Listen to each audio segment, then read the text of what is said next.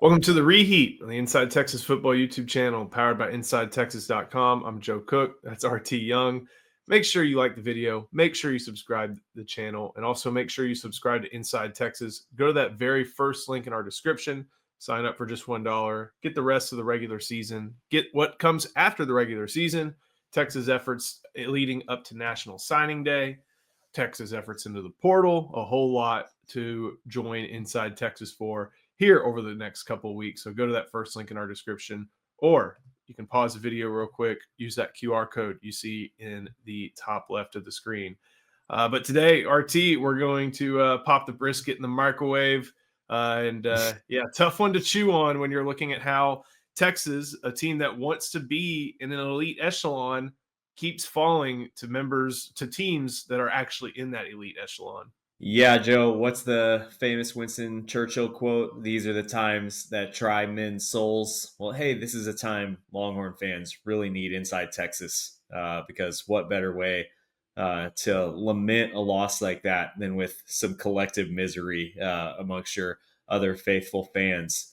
And I think right now, the biggest thing that is causing me doubt of where Steve Sarkisian's Texas program is at currently, something that I really haven't experienced, I would say, until he regrouped after that Oklahoma State game in 2022.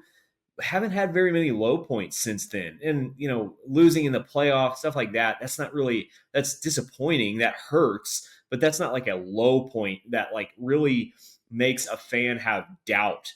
And I think that right now it's the first time in almost 3 years. Gosh, I'm kind of doubting where this program is heading or where it's at. And the biggest reason for that doubt is because of 0-5 in the last 13 months. 5 bites at the apple to best one of Georgia or Ohio State.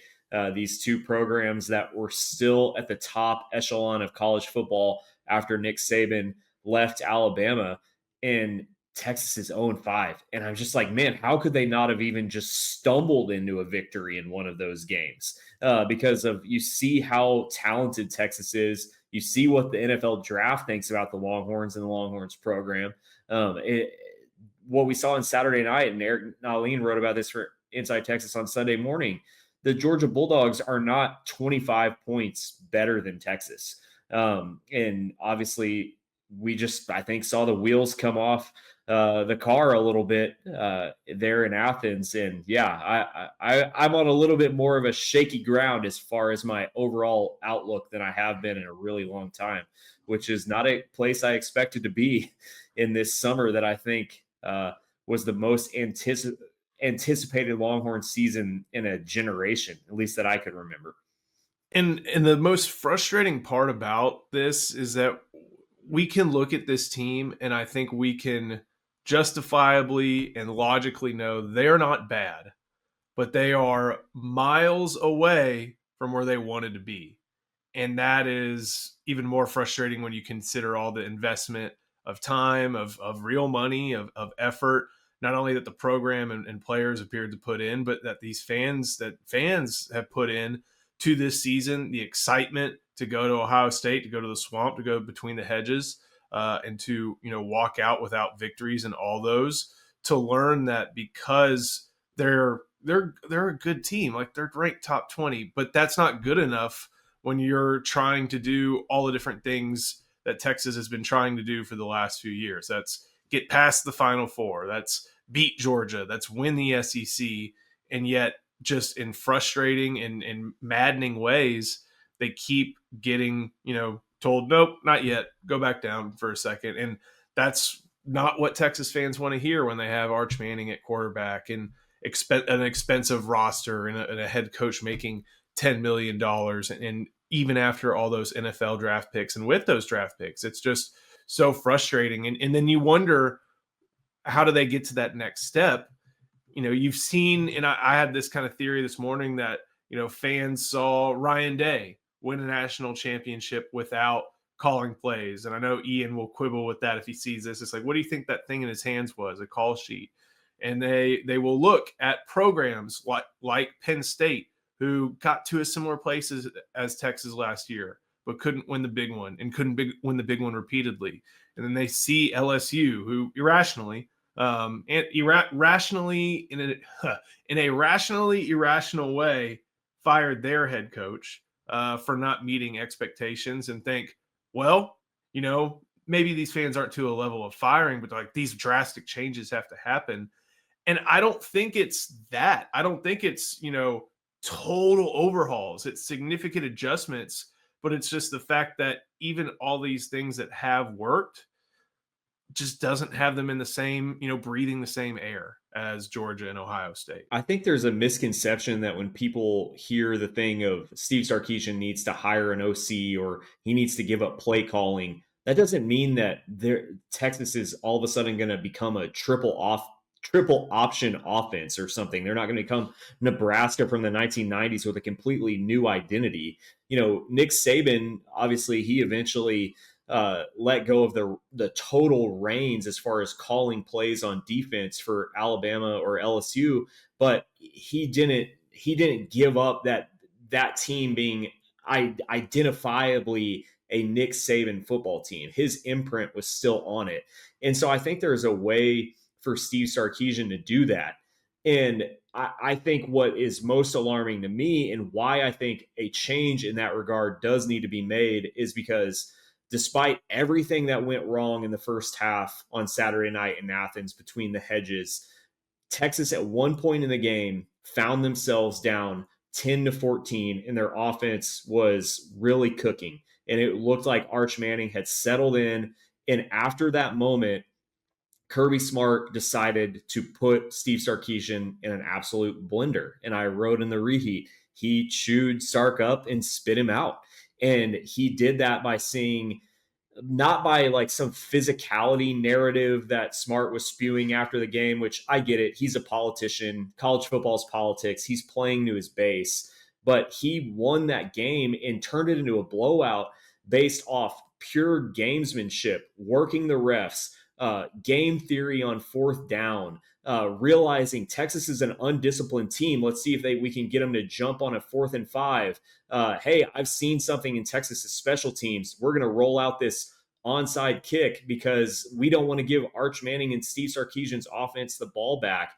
And I think with all of that, there's a level of attention to detail and almost like this overall game theory that I think that coaches like Kirby Smart, and obviously saying coaches like Kirby Smart is kind of an oxymoron because he's one of a kind. But I think Steve Sarkisian, I still believe he could be that level of coach.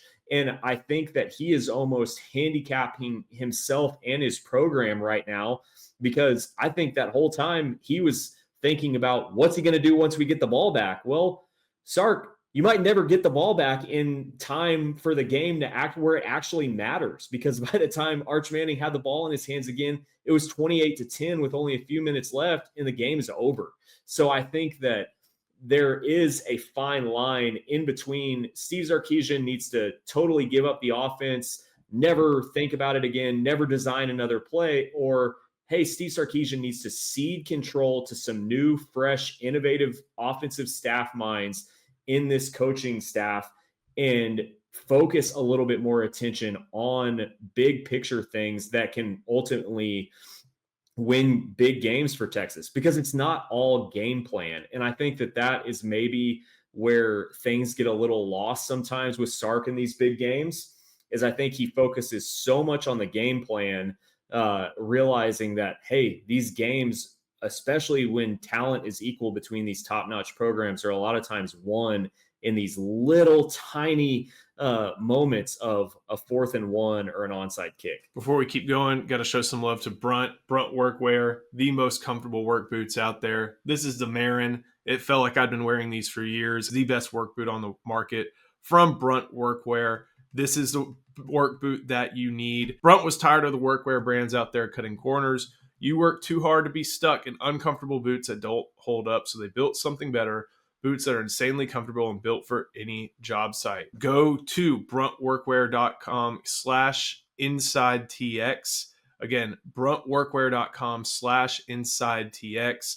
That's our code. You can get $10 off when you use that code. After you order tell them that you heard about it from inside Texas. RT, one of the things that we've seen two games this year where Texas was very close during the course of it, ended up losing. First was Ohio State. And despite it being 14-7, and despite Texas having some drives, you never really felt like Texas was going to win that game. You never really felt like they were in contention of that game. And that's an example that looks a lot like the A&M game last year. It was 17-7. There were a few mistakes. They could have gotten it into, one possession or, tied close to tying it. But you never felt like that was going to happen. That was the Ohio State game. And then there were games last year, and I'm trying to think of where it may have been in Texas' favor. Maybe it was the Arkansas game, or maybe even I'm trying. Kentucky at home. They like made it a little bit shaky for a little bit, and then Texas goes on a 13 play drive last year where Texas could actually run the ball a little bit, and they just totally grind the Wildcats down to a pulp. Obviously, it's a little bit different, but it's in essence, it's a coach deciding I'm going to take control of the game now. Right. And some of that's, the first one I feel like is a little bit more example of talent. There's coaching in there. Second one's a little bit more on coaching. And of course, there's talent in there when you're throwing the Lawson Lucky and you've got Gunnar Stockton running things and different things like that. Like those guys are going to be making plays. But it was an example where you saw a coach, again, one of one, universally thought of to be the best coach in college football right now, show that against a coach who's thought we think very highly of. It's not like we're putting Sark into the bottom 20 right now, but we just, this is a type of game that shows where you have to always be on and I'm not talking about what you were talking about with the, okay, next drive thing and what's going on. Oh crap, that, we don't have the ball. Like, I'm just talking about, you have to always be on every single detail, or else a coach who, I'm not going to give, former Georgia walk-on Kirby Smart the credit of being like a total savant and, just being a super genius. Like, I know what all these guys studied in college,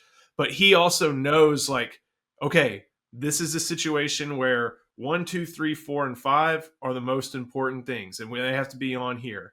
And then this is another situation where maybe 6, 7, and also 3 are, and that wasn't intentional, and also 3 are also like the most important things here. Like, there are just too many instances where in these games where the talent margins are not all that far off, where the coaching margins just pop up. And I'm not even on a remove the play caller. I'm not on that side of the argument, but we still see too many instances of it happening. And that played out again, like you and like Eric said, to where a 25-point game that should not have been ended up that way. Yeah, and I think one thing that I keep coming back to, and I said this after the Florida game because there were several instances in that game where there was a trick play dialed up, Ryan Wingo throwing a Jack Injuries that fell short, and people made the remark of, oh well, Sark schemed it open, the players just didn't execute. And that happens a lot, and it's happened a lot the 5 years Sark has been at the helm. I don't have any disagreement that Steve Sarkisian is able to scheme players open a lot of times and that it looks great. And hey, credit to him for being able to scheme guys open. That's something I don't think Tom Herman ever did one time while he was in Austin. But there is an element to coaching of, it doesn't matter if these guys are continuously schemed open if the Longhorns don't end up executing. And I think more often than not, what we see is, hey, Ryan Wingo falls down on the first play of the game one time, that happens. But over and over again, we just see the Longhorns in these plays where it looks like it's schemed up really well, where they don't execute. And I do think there is something to be said that part of coaching and part of being an offensive coach, making sure your guys can do it when the lights are brightest and drilling it to the point where, hey, we're going to do this like it's on the back of our hand and where it's muscle memory. And so I just wonder if maybe this is totally just me theorizing. Is there a little bit of Sark being spread too thin and how that seems to be playing itself out over and over again, where we're falling short in these little execution, these minutia things, because Sark has a lot to do on Saturdays. And I don't know. That's just a theory. What do you think about that? I mean, it's a tough job, but if he's going to be, if he believes in himself to call those plays, and he's going to hold on to it for this season, obviously, and probably going forward, I feel like he's going to be someone who's like, well, you hired me to call plays, I'm going to call plays, and he's got to figure out how to make sure other things are not overlooked. And even though, and he claimed like, oh, we had an idea that onside may have showed up. I don't know about that. Like that was Georgia's first onside recovered since 2013, and again, it's not like Georgia's onside kicking all that often. And it may have been like one of like I bet you could count how many onsides Kirby Smart has had to use during his time at Georgia on one hand. Like I don't necessarily know about expecting that kick, but that's even if that's the case, okay, relay that to your players. Make sure they know and aren't going to be, 14 yards off and waiting on kicker one in the NFL draft, who's pretty darn adept at doing his job, maybe seeing something and going for it. And you could see Kirby. Granted, I wonder if, again, he was on like, in the Mac Brown stance and really squinting and focusing. And you're kind of like, it's a kickoff. Hold on a sec. And then boom, ESPN pans and there's Cash Jones with the ball. Like you just have to be aware of things. And it's a surprise onside. They call it a surprise for a reason. But that's the type of thing where if you have everything kind of lined up in the right spot, they're not going to try that surprise. They're not going to try those things. And you wonder if that's something from, Sark or delegating to others, that type of thing. It's just made it so difficult to see at this juncture. A microcosm for all of this, and I wrote about this in the Bevo's bucket category for the reheat, was when Ryan Niblett has a 50 or 60-yard return in the second quarter, and Texas has had no offense, and they badly, need something to give way, either the defense to cause a turnover or for the special teams to make a big play. Ryan Niblett has this monster return, sets up Texas in plus Georgia territory, and of course it gets called back because of a Warren Roberson holding, which he has been wont to do the last two seasons. And Jeff Banks just goes completely ballistic, full Mike Stoops on the sideline at Roberson. And I get it. He's a coach. He's mad. Coaches do that. Coaches yell, not against coaches yelling. But in a way, I'm like, Jeff Banks, why are you surprised? Warren Roberson, he's a talented player, but he's been a walking penalty, especially on special teams these last 2 years. And Jeff Banks is the one who continues to put him out there when Texas has a roster full of really talented players. It's not like this is even 2021 where you're having to put in walk-ons at key spots on offense or defense. Like, somebody else equally talented to Warren Roberson, who probably wouldn't get penalties every other game, could play on kickoff return. And so I just feel like Jeff Banks almost seeming so angry that he was surprised in that moment. It seemed to exemplify this whole thing that we're talking about, of maybe the coaches just, I don't know, that they're not unprepared. I don't want to say that, but that it's just this whole season they seem to have expected one thing and gotten another. And I think we'll spend the whole offseason on Inside Texas trying to diagnose what they've gotten wrong. So I know it's one of those things. I think we talked about it earlier. It's like there are some times when you can take very small instances, one single plays or single drives in a single game, and extrapolate that for larger meaning for a program. I usually try to like guard against that, but this was oh one of yeah, those games where you kind of could, and it yeah. just it is the way it is. So hey, gonna be make for an interesting offseason, gonna make for an interesting next couple of weeks. See if Texas can get off the mat, can coach against some good coaches and teams of varying talent from okay to maybe top five in Texas A&M and Arkansas. So should be pretty good to watch, and we'll be watching it all here on the Inside Texas Football YouTube channel and over at InsideTexas.com. Sign up for Inside Texas for $1. Use that first link in our description or use the QR code you see there at the top of the screen. So, RT, thank you so much. Thank you for watching. See you next time on the Reheat on the Inside Texas Football YouTube channel powered by InsideTexas.com.